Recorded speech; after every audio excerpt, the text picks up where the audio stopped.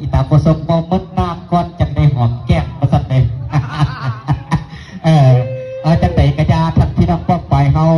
พี่น้องทั้งสามบ้านใกล้เฮ็ดแจ้งที่มาฮอดมาถึงกันแล้วกับพี่น้องอย่าลืมจะพากสมกันได้ทั้งคู่สำเร็จไปผู้ที่สร้างครอบครัวที่ดีเจ้าสาวซ้ำใดพี่น้องจังซ้ำในมื้อนี้ฮักแท้งกันในครั้งนี้พี่น้องไอ้คอหอมแก้มกันจักสองเทื่อพี่น้องนะแก้มสองข้างมันพี่น้องกันสองเทื่อสันดัก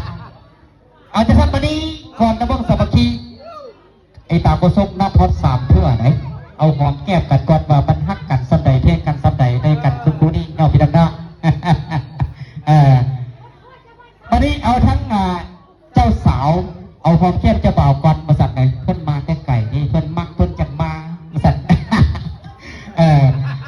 เอานับถึงฮอดสามเด้อคันอีตาโกศลนับบ่ฮอดสามนี่บ่เจ้าเอานับไปอีกมาสั่นนะเตรียมตัวพี่น้องหนึ่งสองนับเข้าใกล้ๆสามขอเสียงตบมือพ่อแม่พี่น้องผู้ใดจะเป็นตัวจริงว่าบัดนี้ท่านเจ้าบ่าวมาฮักเจ้าสาวซ้ำใดพี่น้องมาเฮ็ดกันครั้งนี้มาฮักกันซ้ำใดหอมสองเพื่อสองแก้ม